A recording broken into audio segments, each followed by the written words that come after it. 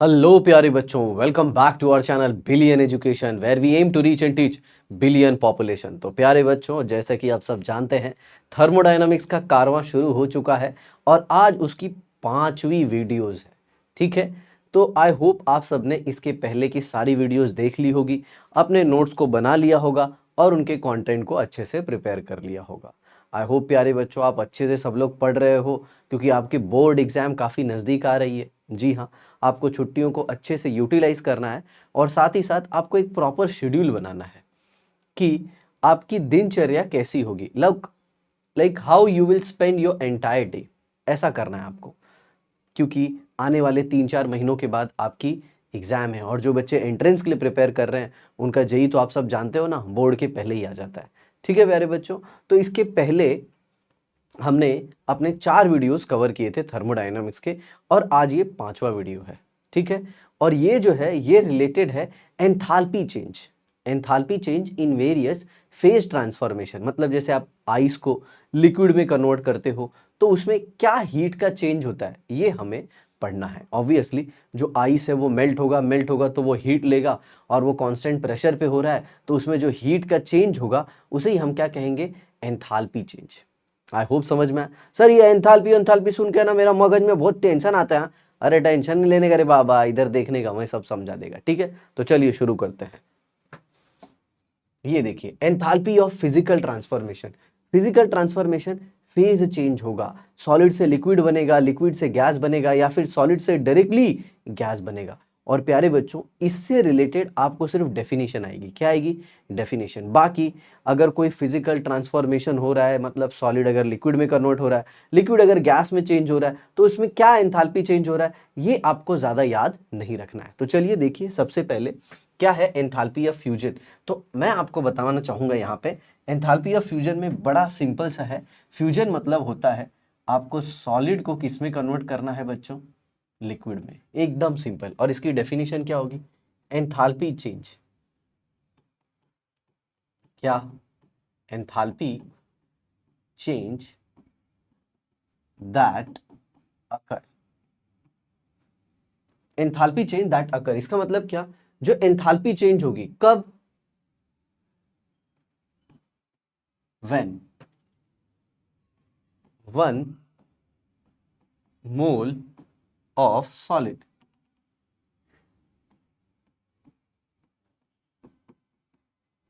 is completely converted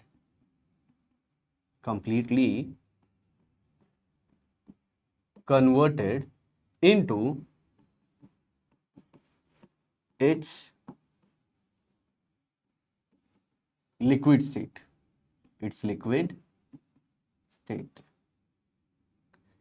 without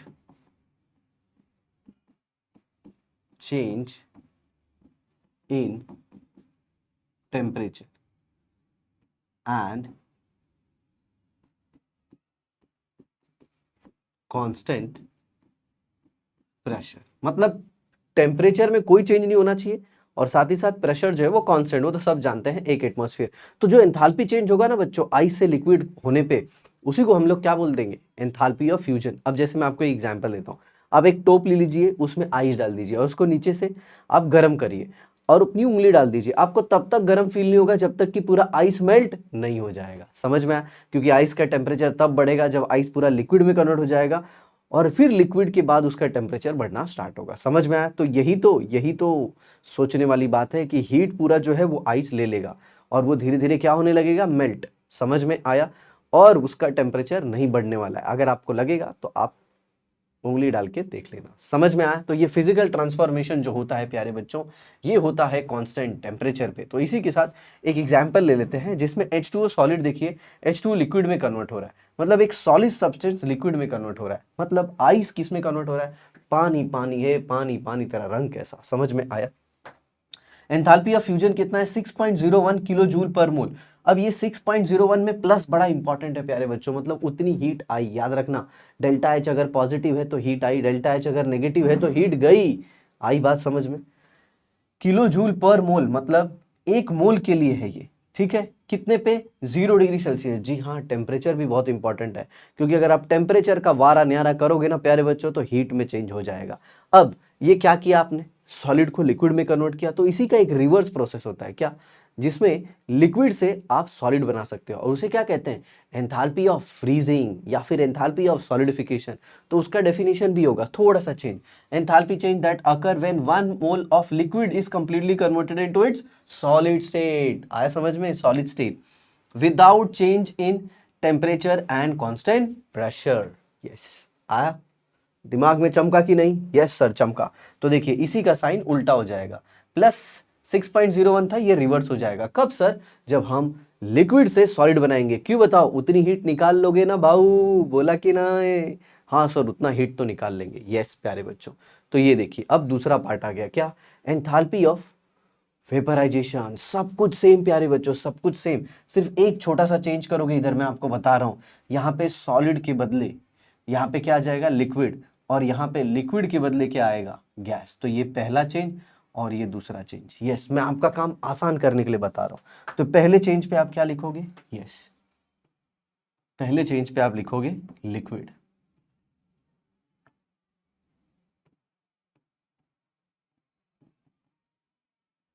और दूसरे जगह पे यस वेपर। तो ध्यान से सुनना मैं जो बोल रहा हूं, क्या? Enthalpy change that occur when 1 mole of liquid, याद रखना इसके लिए क्या लिखना है, लिक्विड लिक्विड, गलती मत करना, नहीं तो बोलोगे सर आपने वो डेफिनेशन नहीं लिखा। अरे आपको ही ट्रिक दे रहा हूं एग्जाम में, बोर्ड एग्जाम में अच्छे से याद रखने के लिए। आया समझ में? देखो इधर, enthalpy change that occur when 1 mole of liquid is completely converted into its vapor state। Vapour, vapour रे बांगड़ू, वेपर, गैस जो होता है ना, पानी वेपर में आ जाएगा, without change in temperature and constant pressure. आ गया समझ में? बोलो अगर चमका तो नीचे कमेंट बॉक्स में लिखना, जरूर लिखना, समझे? ऐसे H2O liquid to H2O vapour, ये देखो enthalpy of vaporisation plus 40 kilo joule per mole, plus 40 kilo joule per मोल, मतलब जो H2O लिक्विड है ना, लिक्विड, वो किस में कन्वर्ट हो रहा है, H2O वेपर। ध्यान से सुनना, पानी पानी पानी किस में कन्वर्ट हो रहा है रे बाबा, गॅस मध्ये। ओ सर, पानी तर लिक्विडच असतं ना? अरे बाबा हाँ, लिक्विड से किस में कन्वर्ट कर रहे हैं, वेपर में, मतलब लिक्विड का गैस में कन्वर्जन। कितना हीट लेगा, 40 किलो जूल। लेकिन ये सब कुछ कब, जब तुम लोग कितना टेम्परेचर रखेगा रे बाबा, 100 डिग्री सेल्सियस। यहाँ पे देखो आपने टेम्परेचर कितना रखा है, 100 डिग्री सेल्सियस। तो 100 डिग्री सेल्सियस पे कितनी हीट गई, कितनी हीट आई, +40। और वही जब आप टेम्परेचर कितना रखोगे, यस, ये 44 है और ये 45 है, ये है 25 डिग्री सेल्सियस के लिए, और ये है 0 डिग्री सेल्सियस के लिए। तो देखो जब 0 डिग्री सेल्सियस पे आप लिक्विड को वेपर में कन्वर्ट करोगे, सर ऐसा होता है क्या? अरे हो सकता है मेरे भाई, जीरो पे भी। तो जब 0 डिग्री सेल्सियस पे लिक्विड से वेपर में कन्वर्ट करोगे तो हीट लगेगी 45.07 किलो जूल पर मोल। याद रखना ये क्या है, किलो जूल पर मोल, एक मोल के लिए, एक मोल के लिए, समझा? इतनी हीट वो लेगा तो वेपर में कन्वर्ट हो जाएगा। सर कौन हो जाएगा, लिक्विड रे बाबा, टेंशन नहीं लेने का, इजी टीजी, हो गया। चलो नेक्स्ट, एंथैल्पी ऑफ सब्लिमेशन। अब इसका क्या है, सब कुछ सेम जो उधर अभी लिखा था ना अपन ने, वेपर में क्या लिखा था, लिक्विड टू वेपर, इधर direct solid to vapour, solid to vapour, या फिर सॉलिड टू गैस। तो यहाँ पे डायरेक्टली क्या बोलोगे, सॉलिड टू गैस या फिर सॉलिड टू वेपर। तो enthalpy change that account, enthalpy change that account और एंथैल्पी चेंज दैट अकर। चलो लिख देता हूं वापस एक बार आपके लिए, enthalpy change that occur when 1 mole of solid is directly converted into vapor। किस में डायरेक्टली कन्वर्ट हो गया, यस, वेपर में, या फिर आप क्या बोल सकते हो, गैस। सर वेपर गैस एक ही है क्या? नहीं रे बाबा, बहुत डिफरेंस है, लेकिन फिलहाल के लिए इतना मान के चलो, समझ में, गैस है, converted into vapour without change in temperature at constant pressure. आगे समझ में, विदाउट चेंज इन टेम्परेचर और एट कांस्टेंट प्रेशर। तो यहाँ पे इंपॉर्टेंट क्या था, आपको ये इंपॉर्टेंट चीज याद रखनी है ताकि आपका काम आसान हो। देखो सॉलिड डायरेक्टली इसमें कन्वर्ट हो गया, वेपर में, बाकी सब कुछ सेम जो आपने पहले लिखा था ना बच्चों, वही सेम। सॉलिड को किस में कन्वर्ट करने का रे बाबा, वेपर में, गैस में जो हीट लगेगा ना उसी को क्या बोलते हैं, एंथैल्पी ऑफ सब्लिमेशन। वो सर आपने इसके पहले है ना वेपराइजेशन का रिवर्स नहीं बताया। वाह वाह, वेपराइजेशन का रिवर्स एकदम सिंपल रहे, लिक्विफिकेशन। वेपराइजेशन का रिवर्स क्या है, लिक्विफिकेशन। चलो बोल देता हूँ, लिक्विफिकेशन मतलब यही H2O वेपर किस में कन्वर्ट हो जाएगा, H2O लिक्विड। और ये जितना प्लस लिखा है ना वांगड़ू सब माइनस हो जाएगा। हो सर मेरे को चमका एकदम मस्त। मतलब ये जो प्रोडक्ट है ना रिएक्टेंट के जगह पे आएगा और रिएक्टेंट प्रोडक्ट के जगह पे जाएगा, बराबर। और इधर जो डेल्टा H का साइन है ना ये चेंज हो जाएगा। बोलो समझा कि नहीं? यस सर, ठीक है, हो गया ये। अब जरा देखिए H2O सॉलिड को हमने किस में कन्वर्ट कर दिया बच्चों, H2O गैस। तो जो टोटल हीट लगी वो कितनी लगी, plus 51.08 kilo joule per mole. And this is very important, temperature भी याद रखना है आपको।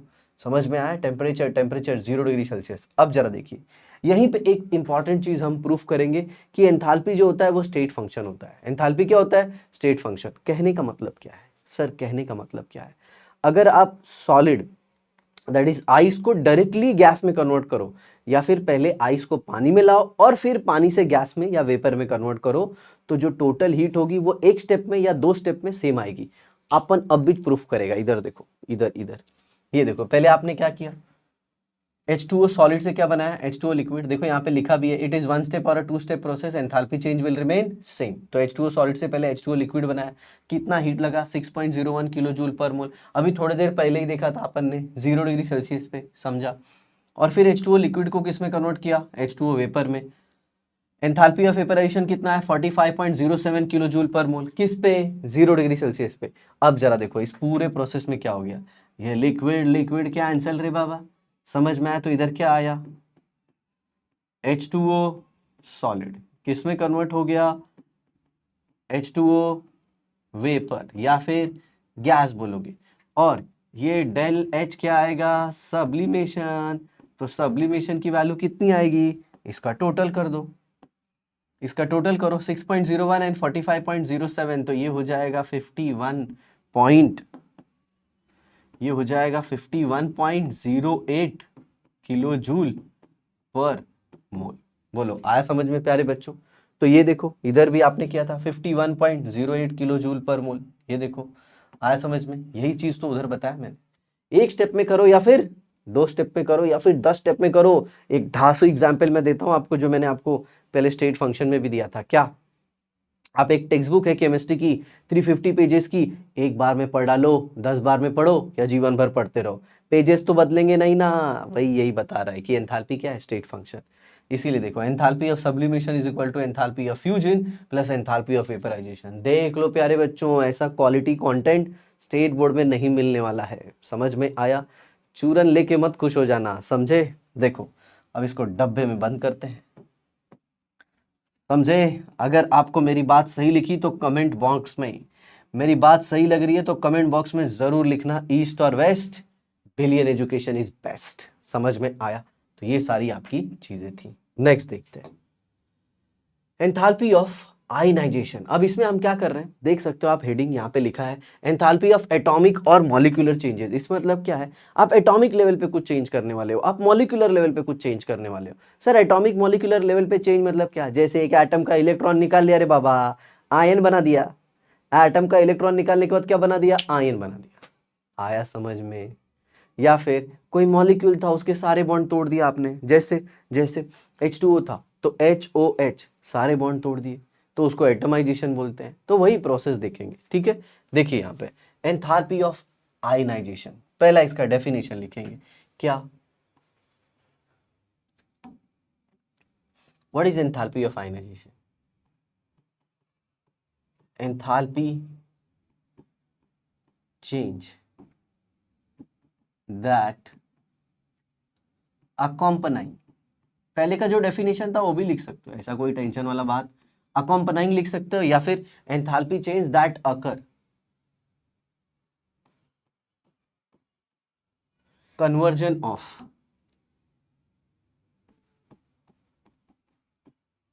1 मोल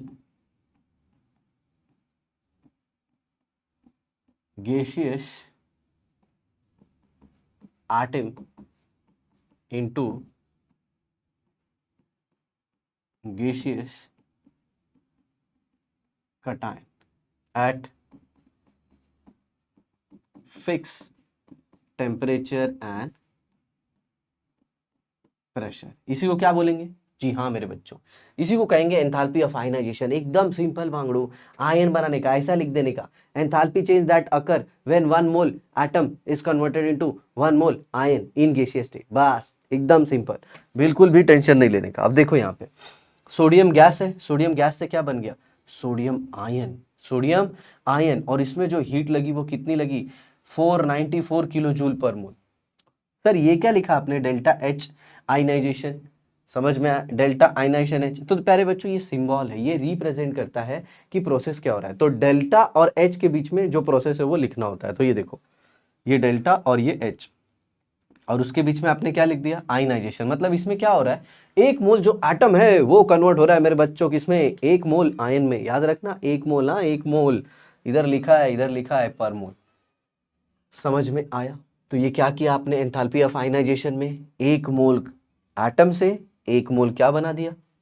कटायन। और कौन से स्टेट में? गैसियस में। कितना एनर्जी लगा? 494 किलो जूल पर मोल। और ये प्लस है यहाँ, इधर हीट एब्जॉर्ब हुई ली है। समझ में आया? इलेक्ट्रॉन गेन एंथैल्पी, सब कुछ सेम लिखने का, सब कुछ सेम लिखने का। Enthalpy change that accompanying in which 1 mole of gaseous atom is converted into what?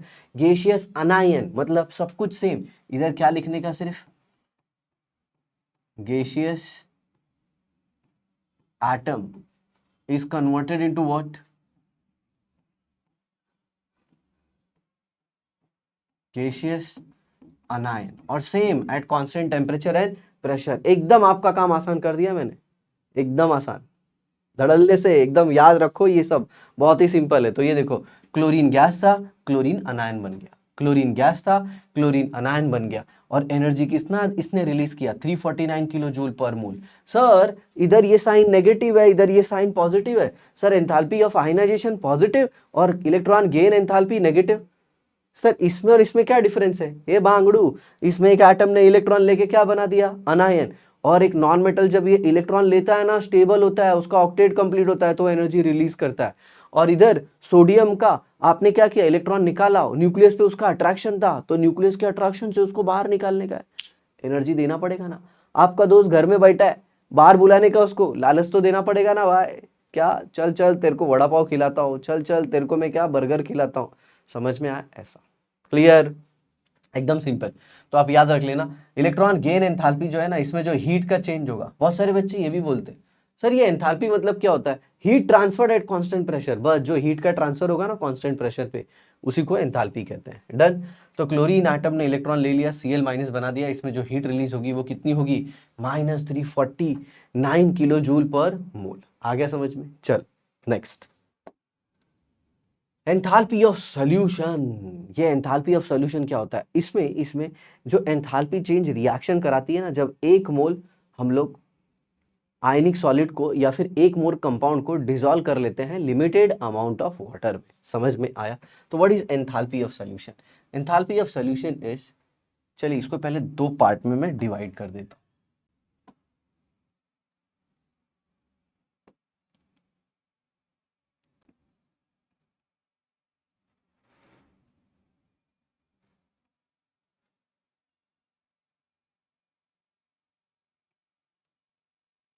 तो पहले इसका डेफिनेशन लिखेंगे।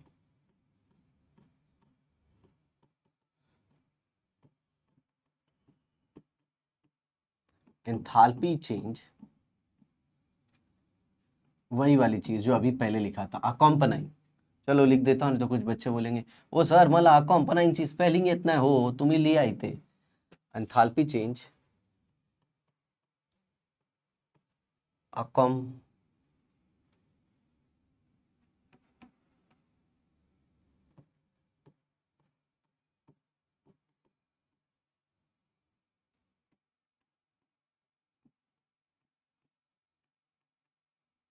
when 1 mole of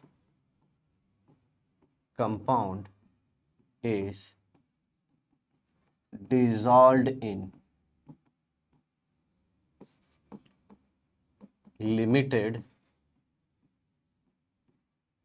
amount of water. Enthalpy change accompanying a process or a reaction when 1 mole of a compound is dissolved in limited amount of water. आ गया सबको समझ में प्यारे बच्चों? चलिए इसका एग्जाम्पल लेते हैं, ढासू सा एग्जाम्पल, और आपको एक्सप्लेन करते हैं। NaCl किस में है? सॉलिड में। और फिर ये किस में कन्वर्ट हो गया? Na plus plus Cl minus, और यहाँ पे एक्वस और ये भी एक्वस। याद रखना ये पहले क्या था? सॉलिड। फिर आपने इसको किस में डाल दिया? नो डाउट सर पानी में ही डालेंगे ना। पानी रे पानी, तेरा रंग कैसा? पानी का कोई कलर नहीं। H2O में डाल दिया तो ये क्या हो गया? NaCl, Na plus plus Cl minus aqueous में कन्वर्ट हो गया। और इसमें जो एंथैल्पी ऑफ सॉल्यूशन आता है प्यारे बच्चों, वो आता है +4 किलो जूल पर मोल। आ गया समझ में? मतलब 1 मोल NaCl को जब आप लिमिटेड अमाउंट ऑफ वाटर में डालोगे यहाँ पे, तो जो हीट रिलीज होगी उसे हम क्या कहेंगे? Enthalpy of solution. I hope प्यारे बच्चों समझ में आया होगा। मतलब जब NaCl पानी में डिजॉल्व होता है ना, तो वो सराउंडिंग से 4 किलो जूल की एनर्जी एब्जॉर्ब करता है। मतलब आप कंटेनर को टच करोगे तो आपको कंटेनर ठंडा लगेगा। क्यों? क्योंकि आपके हाथों से वो हीट ले रहा है।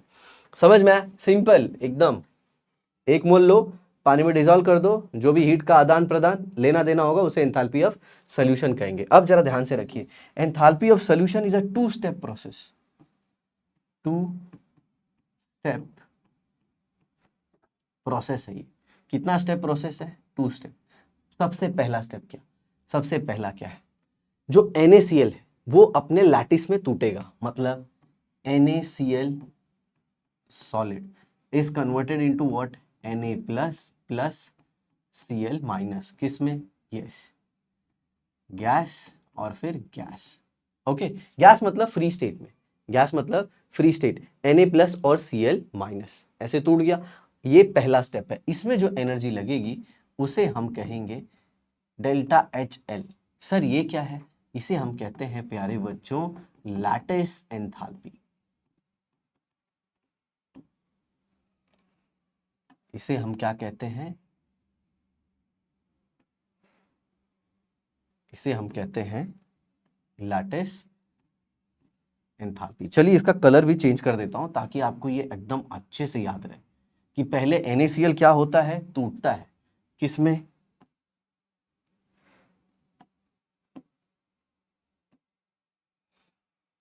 NaCl किस में टूटता है? नो डाउट अपने आयन में। और उस प्रोसेस को हम लोग क्या कहते हैं? जी हाँ, लैटिस एंथैल्पी। डन। ये तो NaCl को तोड़ने का पहला स्टेप होगा, और उसमें जो एनर्जी लगेगी उसे हम क्या कहते हैं? Lattice enthalpy. कितनी लगेगी? बिल्कुल टेंशन मत लेना, मैं अभी बता देता हूं। वो लगती है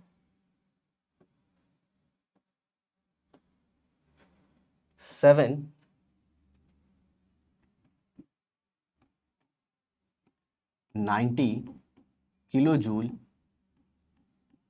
पर मोल। कितनी लगती है? 790 किलो जूल पर मोल। ये पहला स्टेप था। अब बढ़ते हैं हम दूसरे स्टेप की तरफ। क्या होगा दूसरे स्टेप में? जी हाँ, ये Na plus plus Cl minus, ये जो आप गैस में देख रहे हो ना, ये कन्वर्ट हो जाएंगे किस में? जी हाँ, Na प्लस एक्वस और प्लस Cl माइनस एक्वस। इसी की जगह पे NaCl की जगह पे मैं ऐसे ले सकता हूँ Mx। Mx कैसे टूट गया प्यारे बच्चों? Yes, Mn plus plus X Y minus, या फिर m raise to x plus m raise to n plus और फिर m raise to n minus, m raise to n plus m raise to n x raise to m minus, ऐसे। ठीक है, ये दोनों ion में टूट गए। अब होगा क्या नेक्स्ट स्टेप में? ये पहला स्टेप था, this was the first step. ठीक है, अभी कुछ लोग ऐसे सोचेंगे सर ये जो सेकंड स्टेप हुआ इसे क्या कहते हैं? रुकिए पहले उसी को कंप्लीट कर लेता हूं। फर्स्ट उसी को कंप्लीट कर लेते हैं, फिर इन जनरल में आपको बताता हूं।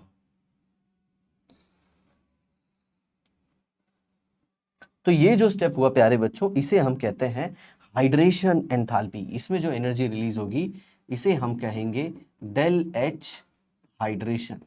मतलब जो Na+ आयन था और जो Cl- आयन था उसको सॉल्वेंट मॉलिक्यूल पानी ने घेर लिया। अब इसमें जो एनर्जी निकलती है इसे हम कहते हैं हाइड्रेशन एनर्जी, क्योंकि पानी था हमारा सॉल्वेंट। एक्चुअल में बड़ा टर्म तो सॉल्वेशन होता है, बट यहाँ पे पानी ने घेर लिया। सर इसमें एनर्जी क्यों निकली? देखो पहले वाले में एनर्जी एब्जॉर्ब हुई, क्यों एब्जॉर्ब हुई? क्योंकि Na+ मस्त Cl- से अट्रैक्टेड था, आपने दूर दूर कर दिया। और दूसरे वाले में क्या हुआ? दूसरे वाले में जो कटायन था उसको पानी ने घेरा, और पानी के पास दो पोल होते हैं, कौन सा? नेगेटिव और पॉजिटिव। तो Na+ को नेगेटिव पोल ने घेरा और Cl- को पॉजिटिव पोल ने घेरा। सर पॉजिटिव नेगेटिव क्या? ये देखो ये OH है, तो यहाँ पे delta positive, delta negative, delta positive. तो ये जो H है ये Cl- को सराउंड करेगा, और जो O- है वो Na+ को सराउंड करेगा। तो यहाँ पे जो एनर्जी निकलती है वो होती है -786 किलो जूल पर मोल। ये हो गया, इसे कहते हैं हाइड्रेशन एंथैल्पी। तो NaCl में अगर आप देखो तो जो टोटल सॉल्यूशन का प्रोसेस होता है वो क्या होता है? Enthalpy of solution is equal to what? Enthalpy of solution is equal to what? Crystal lattice enthalpy plus what? Hydration enthalpy. और NaCl के लिए आप देखो तो उसकी वैल्यू कितनी है? इसकी लैटिस एंथैल्पी कितनी है? ये 790 किलो जूल पर मोल। और हाइड्रेशन एंथैल्पी कितना है? 786 किलो जूल पर मोल। तो ओवरऑल आंसर क्या आ गया? +4 किलो जूल पर मोल। आ गया समझ में प्यारे बच्चों? मतलब इसमें टोटल कितनी एनर्जी रिलीज होती है? अरे सॉरी, कितनी एनर्जी एब्जॉर्ब होती है? +4। मतलब NaCl को पानी में डिजॉल्व होने के लिए सराउंडिंग से +4 किलो जूल की एनर्जी चाहिए होती है। समझ में आया? अब आपके टेक्स्ट बुक में कुछ लाइनें लिखी हैं, वो भी मैं आपको बता देता हूं कि हाइड्रेशन होता कैसे। हाइड्रेशन होता कैसे? चलो इसको इधर कोने में भेज दिया मैंने, ठीक है। अब जरा देखो, सबसे पहला स्टेप, कटायन का हाइड्रेशन कैसे होगा? तो ये M, अभी बताया था मैंने आपको, Mx कैसे टूट गया? M plus plus X M minus. अब होगा क्या? अब होगा क्या? Mn+ को पानी घेर लेगा, Mn+ और प्लस एक्स H2। तो इससे क्या बनने वाला है? इस पूरे से बनेगा M H2O x raise to what? N+। तो ये हो गया हाइड्रेशन किसका? कटायन का। ये देखिए M क्या है? हमारा मेटल आयन। H2O मतलब H2O के कुछ नंबर होंगे, सपोज कुछ 6 है तो यहाँ पे 6 आएगा, और ये मेटल आयन का पॉजिटिव चार्ज। ये सेम चीज आपने कोऑर्डिनेशन कंपाउंड में पढ़ी थी प्यारे बच्चों, ठीक है। ऐसा ही सेम किसके लिए हो जाएगा? Yes, X-। चलिए उसको भी देख लेते हैं। Xm- प्लस क्या आ जाएगा? नो डाउट इसके लिए आ जाएगा YH2। सर यहाँ पे आपने Y क्यों लिखा? नो डाउट प्यारे बच्चों, कटायन और अनायन का हाइड्रेशन अलग अलग होता है। कटायन की साइज अलग है ना, अनायन की साइज अलग है, तो अलग अलग वाटर मॉलिक्यूल घेरेंगे उसको। एक नंबर सर, सब मस्त में समझ में आया। तो ये H2OY हो गया, और यहाँ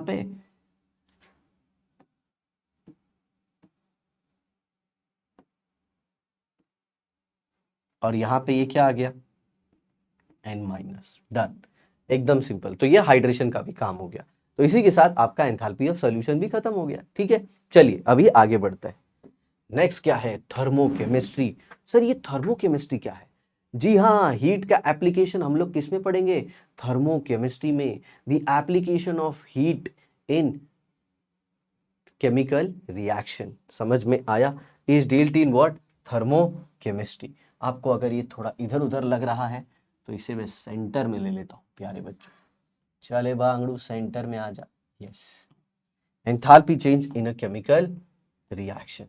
okay, so what is thermochemistry? तो इन शॉर्ट लिखो तो थर्मोकेमिस्ट्री क्या है? एंथैल्पी चेंज,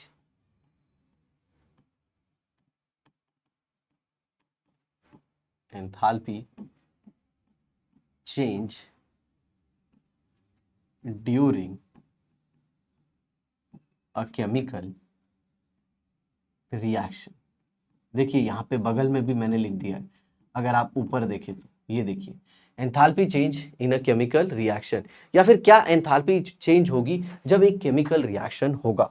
तो प्यारे बच्चों, इसे भी अच्छे से पढ़ने के लिए एक बीच में लाइन खींच लेते हैं, आया समझ में, और बोर्ड को दो हिस्से में डिवाइड करते हैं जिससे हम ज्यादा चीजों को कवर कर पाए। तो देखिए यहाँ पे एक हम इसको समझाने के लिए एक केमिकल रिएक्शन लेते हैं, सिंपल सा। ये देखिए, A plus B gives what, C plus D. आ गया सबको समझ में? अब सुनो, यहाँ पे जो सबसे इंपॉर्टेंट चीज ये ए बी सी डी, ये जो मैंने ऐसे सबको ऐसे बंद किया है, ये क्या है?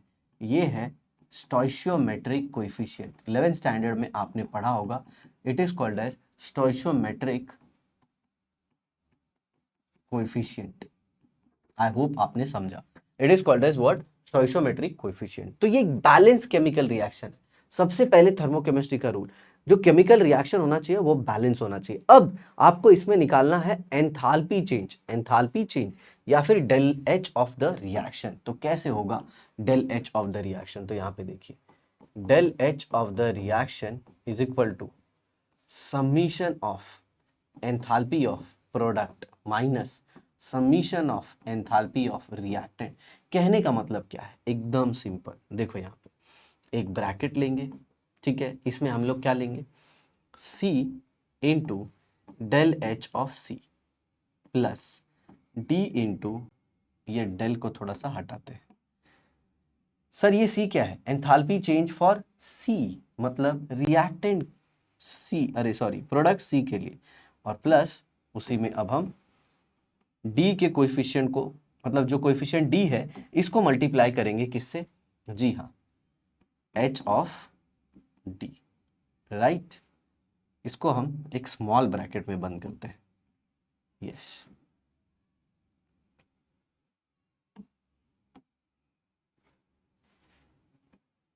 माइनस, अब रिएक्टेंट का कैसे लिखोगे? कोएफिशिएंट, स्मॉल कोएफिशिएंट A, फिर H ऑफ A माइनस, यहाँ पे माइनस हो गया, अब B H ऑफ B, ऐसे ऐड कर दिया। अब इसके बाहर आप लगा दीजिए एक बड़ा वाला bracket, this is done.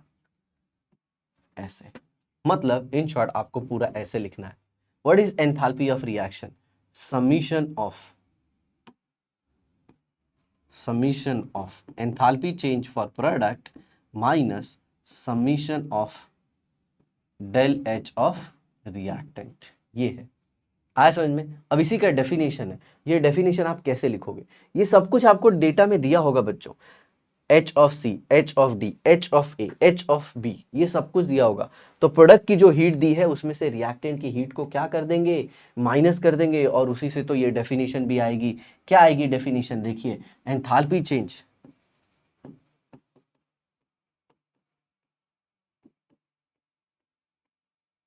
Of reaction is difference, is difference in enthalpy of product and reactant for a balanced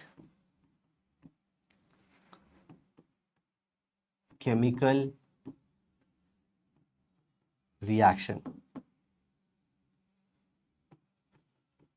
क्या है यहां तक? देखिए, enthalpy change of a reaction is the difference in enthalpy of product and reactant for a balanced chemical reaction in which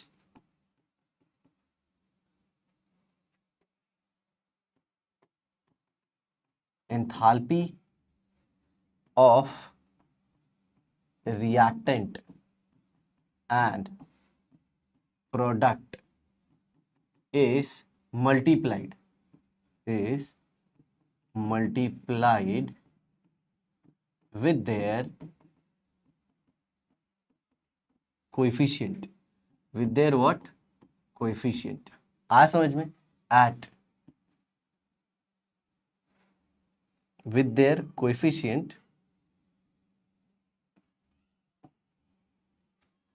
and physical state of both reactant and product is mentioned। आई बात समझ में? सो ये इतना लंबा चौड़ा definition है क्या? Enthalpy change of a reaction is difference of enthalpy of product and reactant for a balanced chemical reaction in which enthalpy of reactant and product is multiplied with their coefficient and physical state of both reactant and product is mentioned। तो ये जो पूरा definition है ये किसका है? Enthalpy of reaction का। तो प्यारे बच्चों आपको इतना लंबा चौड़ा नहीं लिखना, आप सिंपल लिख देना difference of enthalpy of reactant and product multiplied by their stoichiometric coefficient in a balanced chemical reaction at given temperature and pressure। तो याद रखना एंड में टेम्परेचर एंड प्रेशर भी बहुत इंपॉर्टेंट है। अब इसमें आते हैं 3 केसेस। क्या आते हैं? 3 केसेस। अगर समीशन ऑफ, चलिए अलग अलग कलर से लिखेंगे, तीनों केसेस को मैं यहीं पे निपटाता हूं। देखिए यहां पे पहला केस, ठीक है, अगर summation of product H of product is greater than summation of H of reactant, जैसे ये वाली केस, पहली वाली, ये एंथैल्पी चेंज जो प्रोडक्ट का है वो एंथैल्पी चेंज ऑफ रिएक्टेंट से क्या है? ज्यादा। तो आपका जो वैल्यू आएगा डेल H का वो क्या आ जाएगा बच्चों? पॉजिटिव। और रिएक्शन क्या हो जाएगा? एंडोथर्मिक। याद रख लेना क्या हो जाएगा रिएक्शन? Yes, endothermic. आई होप आपको समझ में आया। ओके, अब आगे देखते हैं दूसरा केस, इसी का ऑपोजिट। अगर del H of P is less than del H of what? Reactant. तो सिंपल डेल एच क्या हो जाएगा प्यारे बच्चों? नेगेटिव। और रिएक्शन क्या आ जाएगा? एक्सोथर्मिक। क्या आ जाएगा? एक्सोथर्मिक। मतलब जो हीट है प्रोडक्ट की और जो हीट चेंज है रिएक्टेंट की, उसमें रिएक्टेंट का जो एंथैल्पी चेंज है या हीट चेंज है वो ज्यादा है, तो ये वैल्यू बड़ी है, तो इसका आंसर क्या आ जाएगा? नेगेटिव। यस, आगे समझ में? नेगेटिव आ जाएगा। ये 2 चीजें आपको याद रखनी है। उसके बाद आप सिंपल सा एक एग्जाम्पल देख लीजिए। ये देखिए 2N2 plus O2 gives 2NO2। हालांकि याद रखना ये रिएक्शन बैलेंस नहीं दिया है हमारे महाराष्ट्र गवर्नमेंट के टेक्स्ट बुक में, ठीक है, तो आपको याद रखना है। तो 2N2 plus O2 gives 2NO2। Delta H for the reaction is what? 66 kilo joule per mole. और ये क्या है मेरे बच्चों? प्लस, इसीलिए रिएक्शन कौन सा है? एंडोथर्मिक। आई होप आपको समझ में आया। और इस बात का तो आप बिल्कुल भी टेंशन मत लेना कि सर ये सब डेटा कहां से आएगा, ये सब कुछ दिया जाएगा आपको, ये सब कुछ दिया जाएगा, समझे? दूसरा देखिए 2KClO3 gives 2KCl plus 3O2। यहां पे आपने क्या किया है? आपने हीट किया है इसे, मतलब आपने एनर्जी दिया है। आ गया सबको समझ में? मतलब अगर ये टूटे तो इसमें हीट क्या होगी? जी हाँ, इसमें हीट क्या होगी? रिलीज होगी। और ये प्रोसेस कौन सा है? एक्सोथर्मिक है। आया प्यारे बच्चों समझ में? इसमें जो हीट है वो रिलीज होने वाली है। क्लियर है? तो KClO3 में जो हमारी महाराष्ट्र गवर्नमेंट की टेक्स्ट बुक है उसमें दिया गया है कि इस प्रोसेस में हीट जो होती है वो रिलीज होती है। तो अब कुछ बच्चों का ऐसा डाउट होता है कि सर इसमें तो जो हीट है वो एब्जॉर्ब हो जानी चाहिए, क्योंकि यहां पे आपने तोड़ा है कंपाउंड को। बट प्यारे बच्चों हम जो हैं वो जाएंगे अपने महाराष्ट्र गवर्नमेंट की टेक्स्ट बुक के हिसाब से, जो वहां पे दिया है हम वही देखेंगे, ठीक है? तो आप चेक कर सकते हैं स्टेट बोर्ड की जो टेक्स्ट बुक है उसमें चीज़ें एकदम बाकायदा मेंशन है, तो आप वहाँ पे भी जाके क्रॉस चेक कर सकते हैं। जो डेटा हमें टेक्स्ट बुक में दिया होगा उसी के हिसाब से हम बोलेंगे। तो पहला रिएक्शन है एंडोथर्मिक और दूसरा रिएक्शन है एक्सोथर्मिक। और ये -78 किलो जूल जो है,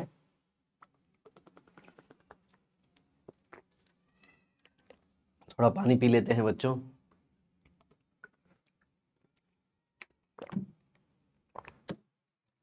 तो ये डेटा में दिया है, यहाँ पे टेक्स्ट बुक में दिया है, उसी हिसाब से जाते हैं। अदरवाइज आप देखोगे तो KClO3 का जो प्रोसेस है वो हीटिंग का होता है जनरली, हीट एब्जॉर्ब होनी चाहिए। But what ever it is, what ever the government text book has given, उसी के हिसाब से आपको मार्क्स मिलने वाला है। ठीक है, तो पहला वाला प्रोसेस क्या हो गया, एंडोथर्मिक, और दूसरा प्रोसेस क्या हो गया, यस एक्सोथर्मिक। आपको ये एग्जांपल याद रखना है। मैं तो यहां तक बोलता हूं, सिर्फ डेल्टा एच का सिंबल देखिए, प्लस और ये माइनस। बाकी रही बात कब रिएक्शन एक्सोथर्मिक होता है, कब एंडोथर्मिक होता है, ये सीईटी में चर्चा करेंगे जबरदस्त। आगे आ जाइए, standard enthalpy of reaction. What do you mean by standard enthalpy of reaction? ये जो अभी आपने पढ़ा था ना, रिएक्शन, ऑल द रिएक्शन, या फिर enthalpy change of the reaction, enthalpy change of the reaction at 25 degree Celsius and 1 atm pressure. I hope आपको समझ में आया। What is standard enthalpy of reaction?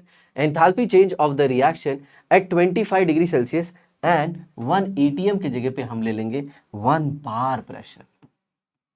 समझ में आया? बार प्रेशर की यूनिट है प्यारे बच्चों, वरना आप समझ जाओगे चांदनी रातें, वो वाला बार नहीं यहाँ पे। ठीक है, तो स्टैंडर्ड शब्द का मतलब समझ में आया।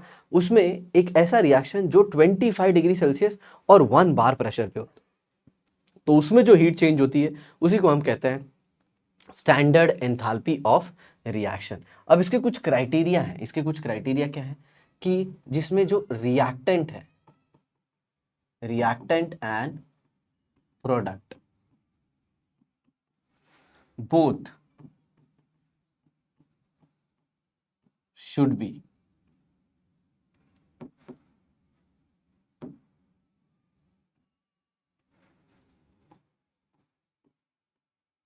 present in their standard state. Standard state मतलब ये उनकी मोस्ट स्टेबल स्टेट होती है।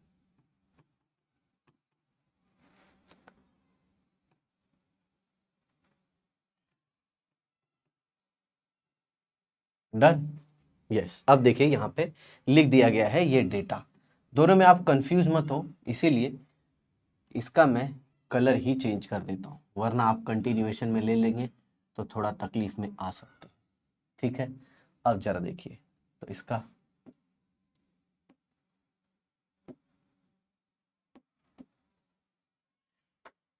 चेंज तो नहीं हुआ भैया ये, चलिए एक बार वापस ट्राई करते हैं। चेंज हो जा रे बांगड़ू, ए बांगड़ू चेंज हो जा। तो ग्रीन कलर ले लेते हैं। यस सर, कुछ कुछ ऊपर का भी ग्रीन हो गया, चलिए कोई बात नहीं, कोई टेंशन वाली बात नहीं है, ये हो गया ना ऐसे बस।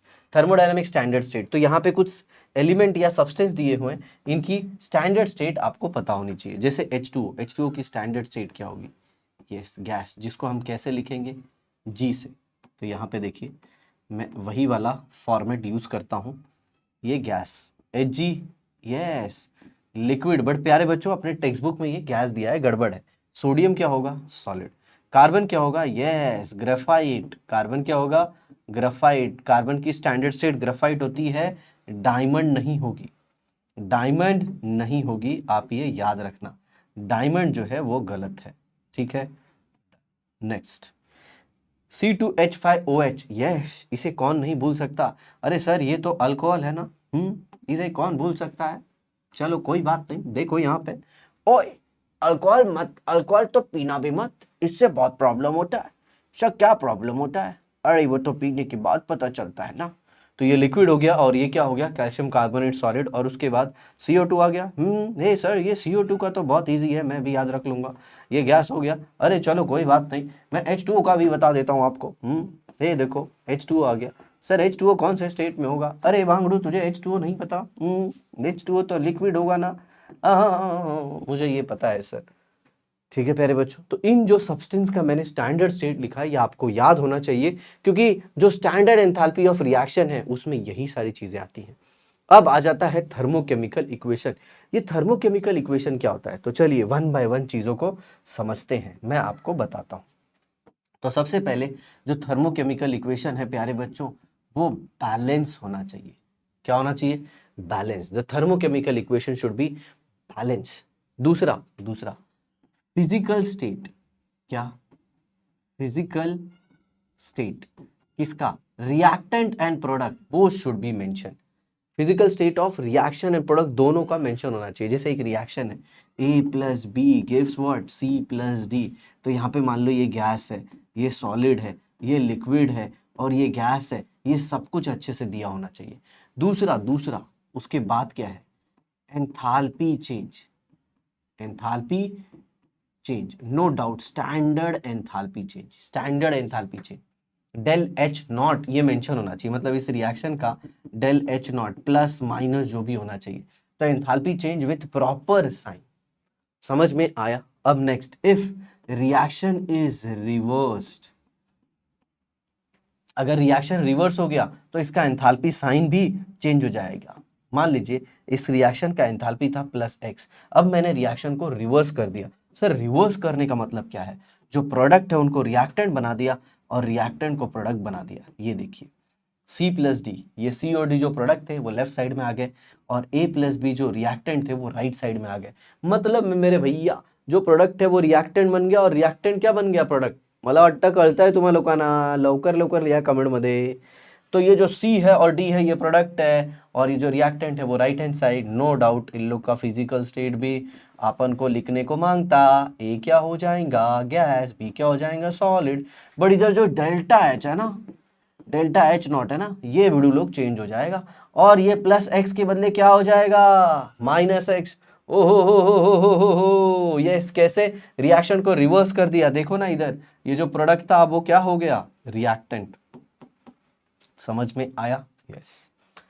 तो सर लास्ट में क्या है? लास्ट में क्या है? लास्ट वाला भी बताते हैं, बहुत ही important. If the reaction is multiplied, if the reaction is multiplied or divided by any numeral या फिर नंबर, तो ये सेम नंबर से इसको भी भिड़ू लोग मल्टीप्लाई करोगे। इसको मान लीजिए पूरे रिएक्शन को मैंने एक नंबर से मल्टीप्लाई कर दिया। कौन से नंबर से? n।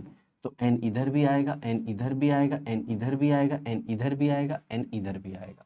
मतलब रिएक्शन को भी n से मल्टीप्लाई करेंगे और एंथैल्पी को भी n से मल्टीप्लाई करेंगे। यस, मैं इसे थोड़ा अच्छे से लिख देता हूं ताकि आपको समझ में आ जाए। तो ये हो जाएगा प्लस n और पहले क्या था इसमें? यस, x था। डन। सर x बहुत पेनफुल होता है सर, मत बताइए। तो चलिए आपके अंडरस्टैंडिंग को और अच्छा बनाने के लिए एक बार और रिपीट करता हूं। तो थर्मोकेमिकल रिएक्शन क्या होना चाहिए? बड़े लोग, बैलेंस होना चाहिए। उसमें फिजिकल स्टेट, सर ये L किधर चला गया? अरे ये L को क्या बोलूं मैं, ये भी तो एकदम समझ रहे हो ना, वही है। ऊपर वाला था, गड़बड़ कर दी है, नीचे वाले को बदलने लगे।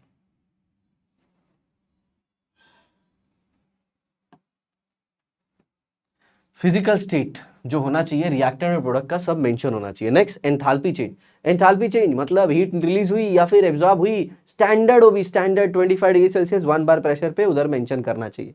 उसके बाद अगर रिएक्शन को रिवर्स कर दिया ना, डेल्टा एच का भी साइन रिवर्स होना चाहिए। प्लस का माइनस हो जाएगा बड़ू लोग और माइनस का क्या हो जाएगा? प्लस हो जाएगा। Next, multiplied by any numeral. अगर रिएक्शन में अपन 2 से मल्टीप्लाई किया ना, जैसा इधर n से मल्टीप्लाई किया, तो रिएक्टेंट में प्रोडक्ट में सब में वो नंबर से मल्टीप्लाई करने का, और फिर डेल्टा एच में भी वही मल्टीप्लाई करने का नंबर, एक नंबर। चलो अब इधर रिएक्शन देख लो। ये देखो मीथेन 2 मोल ऑक्सीजन से रिएक्ट हुआ तो क्या दिया?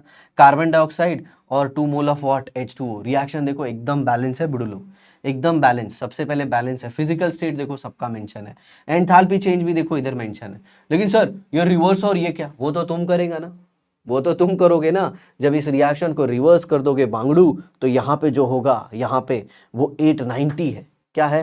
890। वो क्या हो जाएगा भाई लोग? प्लस हो जाएगा। आ रहा है कि नहीं समझ में? जल्दी बोलो कंपनी, आ रहा है कि नहीं समझ में?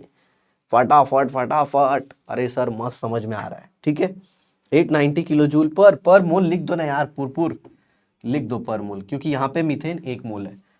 एकदम ढासू तरीके से समझ में आया। चलो अभी आगे बढ़ते हैं। तो एंथैल्पी ऑफ फॉर्मेशन आ गया प्यारे बच्चों, मतलब थर्मोकेमिकल रिएक्शन का पहला टाइप आ गया, एंथैल्पी ऑफ फॉर्मेशन। बिल्कुल टेंशन मत लेना, यहां पे मैं लिखता हूं सबसे पहला पॉइंट। क्या होता है enthalpy of formation? 1 mole of compound should be form. तो सबसे पहले एंथैल्पी ऑफ फॉर्मेशन क्या होगा? Enthalpy change accompanying a reaction. Enthalpy change एक रिएक्शन करा रहा है जिसमें क्या हो रहा है, जिसमें क्या हो रहा है, एक मोल कंपाउंड बन रहा है। डेफिनेशन देगा तो आप वही पहले से जो चिपकाते आ रहे हो वही चिपकाओगे। Enthalpy change accompanying a reaction in which 1 mole of compound is formed. किससे? अपने कॉन्स्टिट्यूएंट एलिमेंट से, एलिमेंट से existing in their standard state. आया आया समझ में? तो 1 मोल कंपाउंड बनना चाहिए। दूसरा किससे बनना चाहिए? From constituent element. सॉरी बच्चों, कॉन्स्टिट्यूएंट एलिमेंट। और जो एलिमेंट भी होने चाहिए वो किस में होने चाहिए? अपने element should also exist in their standard state. मतलब यहां से एक चीज समझ में आया, 1 मोल कंपाउंड का बनना चाहिए और उसके कॉन्स्टिट्यूएंट एलिमेंट से ही बनना चाहिए, और वो भी किस में होना चाहिए? अपने स्टैंडर्ड स्टेट में। जैसे इधर देखो, इधर देखो सर, ये बाजू में आपने क्या लिखा है? मतलब स्टैंडर्ड एंथैल्पी ऑफ फॉर्मेशन को ऐसे रिप्रेजेंट करते हैं, पहले डेल्टा, फिर फॉर्म, फिर एच। H is enthalpy. अब देखो इधर H2 plus half O2 gives H2, enthalpy of formation -286 kilo joule per mole. लिख सकते हो यहाँ पे, कोई प्रॉब्लम नहीं है। ठीक है, ये देखिए 1 मोल वाटर बना। कितना बना? 1 मोल वाटर। देखो यहाँ पे 1 मोल वाटर बना, ठीक है। और यहाँ पे देखिए H2 प्लस हाफ O2 अपना एलिमेंट है, H2 अपने स्टैंडर्ड स्टेट में। सर ये हाफ O2 गायब है, चलिए कोई बात नहीं, अभी लिख देता हूँ हाफ O2। डन। अब इधर देखिए कार्बन ग्रेफाइट है, अगर यहीं पे डायमंड होता तब फिर ये स्टैंडर्ड एंथैल्पी ऑफ फॉर्मेशन नहीं होता। बताओ क्या प्रॉब्लम होता इसमें? क्या प्रॉब्लम होता? यस, जो स्टैंडर्ड एंथैल्पी है उसमें, स्टैंडर्ड एंथैल्पी ऑफ फॉर्मेशन, उसमें रिएक्टेंट अपनी स्टैंडर्ड स्टेट में होना चाहिए और वो एलिमेंट होना चाहिए। ये देखो, अगर मान लो मैं ऐसे लिख देता carbon monoxide, carbon monoxide plus half O2, no doubt ये भी गैस है और ये भी गैस है, ठीक है। तो ये क्या बना देता? कार्बन डाइऑक्साइड, नो डाउट ये भी गैस। तो क्या इसे मैं स्टैंडर्ड एंथैल्पी ऑफ फॉर्मेशन कह सकता हूँ? लिखो कमेंट बॉक्स में, क्या मैं इसे स्टैंडर्ड एंथैल्पी ऑफ फॉर्मेशन कह सकता हूँ? क्यों? देखो 1 मोल CO2 तो बना ही है, सबका स्टैंडर्ड स्टेट भी मेंशन है, सब लोग गैसियस स्टेट में भी है। नहीं प्यारे बच्चों, ये स्टैंडर्ड एंथैल्पी ऑफ फॉर्मेशन नहीं होगा, क्योंकि यहाँ पे एलिमेंट नहीं कंपाउंड लिया गया है, एलिमेंट नहीं कंपाउंड लिया गया है। आई होप आपको समझ में आ गया होगा। क्लियर है? यस। तो सबसे पहले क्या देखना? 1 मोल कंपाउंड बनना चाहिए, 1 मोल प्रोडक्ट बनना चाहिए। दूसरा अपने एलिमेंट से बनना चाहिए, अपने एलिमेंट से, क्रॉस चेक पॉइंट बना रहा हूं। और तीसरा क्या? तीसरा क्या है? यस, स्टैंडर्ड स्टेट में होना चाहिए। मतलब अगर कार्बन डाइऑक्साइड बनाना है तो वो कार्बन के ग्रेफाइट से ही बनेगा, डायमंड से नहीं बनेगा, कार्बन मोनोऑक्साइड से भी नहीं बनेगा। डन। अब यहाँ पे एक बहुत ही इंपॉर्टेंट लाइन लिखने जा रहा हूं मैं, वो ये है कि स्टैंडर्ड एंथैल्पी ऑफ फॉर्मेशन, देख रहे हो स्टार मार्क, वो क्या है? Enthalpy of formation, enthalpy of formation of element is always zero, is taken zero, is always taken to be zero। Very important, आपको एंथैल्पी ऑफ फॉर्मेशन क्या लेना होगा? जीरो। किसका? एलिमेंट। सर एलिमेंट क्या है? जैसे H2, जैसे F2, जैसे Br2, जैसे कार्बन ग्रेफाइट, ये सब। सर लेकिन ये कब एंथैल्पी ऑफ फॉर्मेशन ऑफ ये एलिमेंट का ये जीरो कब लेना है? तो रुको पहले इसको डब्बे में एक बार बंद कर लो, फिर आगे आपको सब बताता।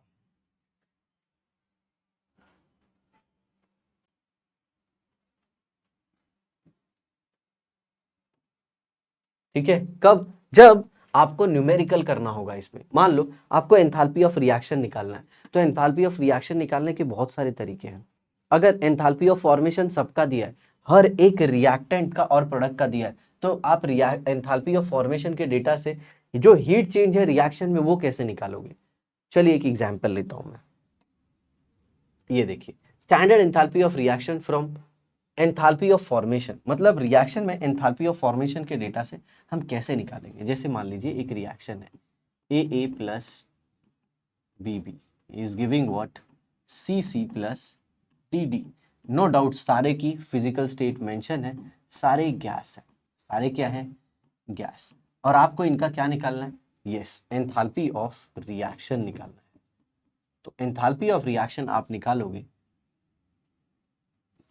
Summation of del H formation किसका, यस प्रोडक्ट का, minus summation del H formation किसका, रिएक्टेंट का। ये आपका फॉर्मूला हो गया। अब इसमें कैसे करोगे, yes del H formation of किसका, सी का, नो डाउट उसके कोएफिशिएंट से भी आप मल्टीप्लाई करोगे, ठीक है, यहां पे उसके कोएफिशिएंट से मल्टीप्लाई करोगे, plus D into enthalpy of formation of D बराबर ये प्रोडक्ट हो गया, minus A of del formation of A minus B del surplus हो गई फॉर्मेशन ऑफ बी। एग्जैक्टली है, ये हो गया। इसको थोड़ा सा अच्छे से कर देते, बी, सर ये बी नहीं 8 दिख रहा है, अरे बांगड़ू करता हूं ना सही, थोड़ा सा भी इधर उधर हो जाता है, चालू हो जाते हो, इसे कहते हैं बी। डन, ये सब कुछ, और ये फाइनली पूरा हो गया। तो ये हो गया प्रोडक्ट माइनस रिएक्टेंट। अब मान लीजिए इसमें से ए अगर कोई एक एलिमेंट है, ए अगर क्या है, कोई एक एलिमेंट है, तो उसका एंथैल्पी ऑफ फॉर्मेशन आप क्या ले लोगे, यस जीरो। क्या ले लोगे प्यारे बच्चों, जीरो। बाकी enthalpy of formation of C D ये सब कुछ आपको डेटा में दिया होगा। मतलब एंथैल्पी ऑफ फॉर्मेशन अगर रिएक्टेंट और प्रोडक्ट का दिया है तो उस पूरे रिएक्शन में क्या हीट का चेंज है ये हम पता कर सकते हैं, ठीक है, इस फॉर्मूले के मदद से। तो enthalpy of formation of product minus enthalpy of formation of reactant. चलिए आगे बढ़ते हैं। एंथैल्पी ऑफ कंबशन, कंबशन मतलब क्या, इसकी भी डेफिनेशन देनी होगी। यस, मैं लिख देता हूं डेफिनेशन। एंथैल्पी चेंज क्या है, enthalpy change अकम्पनाई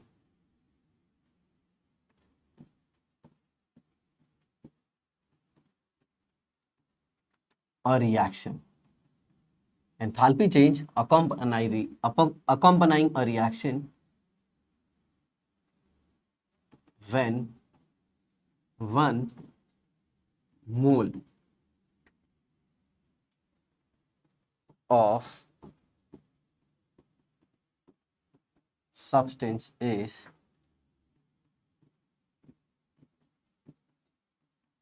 completely oxidized. When 1 mole of a substance is completely oxidized.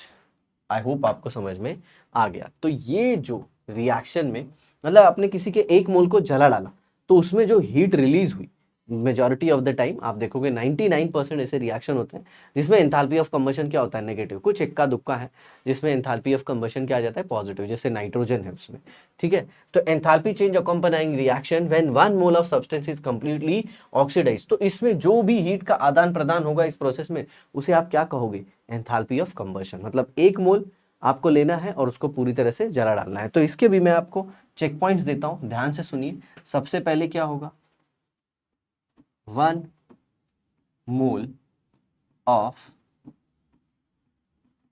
Substance, ठीक है, एक मोल का ही लेना। और दूसरा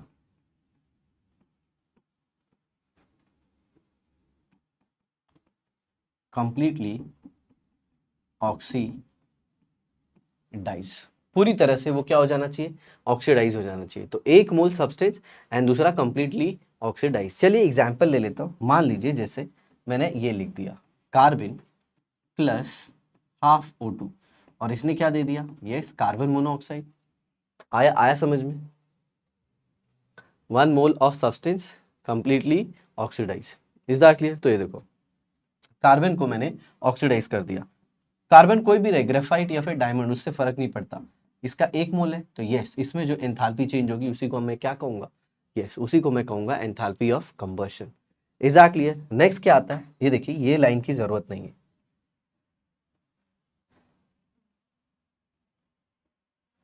सिर्फ वो ऑक्सीडाइज हो जाना चाहिए। ऑब्वियसली ऑक्सीडाइज है मतलब क्या, आपको उसको 1 मोल मतलब ऑक्सीजन से रिएक्ट कराना है। अरे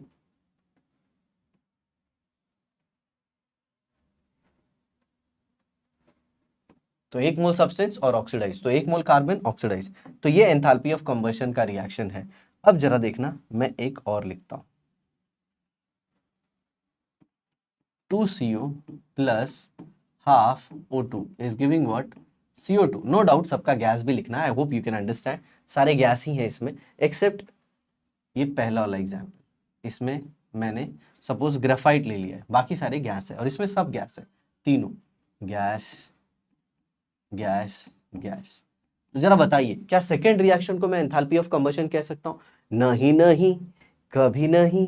बोलो बोलो बोलो बोलो बोलो। सर नहीं कह सकते, क्यों पता है? आपने यहाँ पे 2 मोल ले लिया है सर, और एंथैल्पी ऑफ कंबशन कितने के लिए होता है? Yes, 1 mole of substance and that is completely oxidised. I hope आपको समझ में आ गया, क्लियर है? Done done done. तो ये आपके लिए एक एग्जाम्पल था, इसे थोड़ा सा साइड में कर देते हैं। डन। अब ये देखिए एक स्टैंडर्ड एग्जाम्पल। ओके प्यारे बच्चों, स्टैंडर्ड एग्जाम्पल देखिए, C2H2, इसका देखिए 1 मोल है, 5/2O2 give CO2 plus H2O। Sir आपने स्टेट नहीं मेंशन की, कर देता हूं प्यारे बच्चों, ये गैस और ये भी गैस, और इसका एंथैल्पी ऑफ कंबशन कितना है? -1300 किलो जूल। मतलब 1 मोल इथाइन पूरी तरह से जला और उसने कार्बन डाइऑक्साइड और वाटर दे दिया। वाटर देखिए लिक्विड स्टेट में है, आया समझ में? 25 डिग्री सेल्सियस पे ये रिएक्शन हुआ है। ठीक है, तो हमारा जो चेकलिस्ट है या चेक पॉइंट है वो चेक कर लेते हैं। 1 mole of substance, yes 1 mole substance है, ऑक्सीडाइज ऑब्वियसली कार्बन C2H5, ऑक्सीजन से रिएक्ट होकर क्या बना दिया? Carbon dioxide.